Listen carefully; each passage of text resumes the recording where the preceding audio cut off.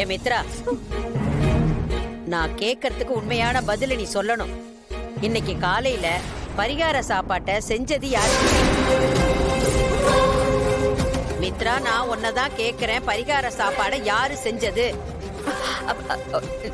நான் தான் பாட்டி. பொய் சொல்லாத மித்ரா, நீ இன்னைக்கு சமைக்கல. அது எனக்கு நல்லா தெரியும். வேற யாரோ சமைச்சிருக்காங்க. அது யாரு என்னன்னு எனக்கு தெரிஞ்சே ஆகணும். சொல்லு, யாரு சமைச்சா? அதான் மித்ரா அவளேதான் சமைச்சேன்னு சொல்றாளே பாட்டி. அப்புறம் என்ன, எதுக்காக இப்படி விசாரிக்கிறீங்க? ஏய், நான் அந்த சாப்பாட்டை சாப்பிட்டேன். அதுல புதுசா சமைக்கிறவங்களோட கைப்பக்குவம் இல்ல. ரொம்ப நாள் சமையல்ல அனுபவம் இருக்கிறவங்களோட கைப்பக்குவம் மாதிரி எனக்கு தெரிஞ்சுது. எனக்கு தெரியும். உண்மையை சொல்லுங்க. இன்னைக்கு காலையில யாரு சமைச்சது? நான் சமைக்கல பாட்டி. நீ சமைக்கலன்னு எனக்கு நல்லாவே தெரியும். இன்னைக்கு சமைச்சது யாருன்னு கேட்டேன். பாரதி தான் பாட்டி சமைச்சா.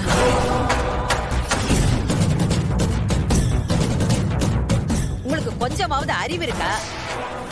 நான் உங்களை சமைக்க சொன்னா நீங்க எதுக்காக பாரதிய சமைக்க சொன்னீங்க? இல்ல பாட்டி, நான் தான் முதல்ல சமைச்சேன். ஆனா நான் சமைச்ச சாப்பாடு சுத்தமா நல்லா இல்லைன்னு நந்தினி தான் சொன்னான். ஆமா பாட்டி, குழம்புல லைட்டா உப்பு, பொரியல்ல காரம் அதிகமா இருந்துச்சு, ரசத்துல புளிப்பு பயங்கரமா இருந்துச்சு. எதையுமே வாயில வைக்க முடியல பாட்டி.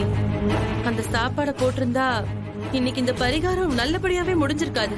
இப்ப மட்டும் என்ன பரிகாரம் நாம நினைச்ச மாதிரியா நடந்துச்சு?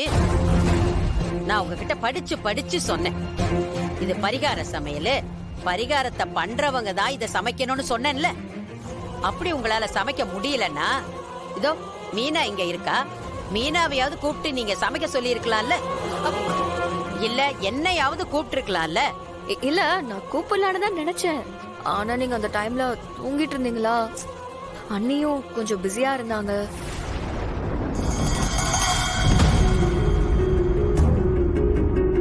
சுதாகர், என்னப்பா இது?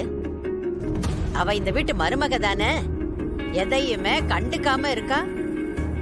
மீனா,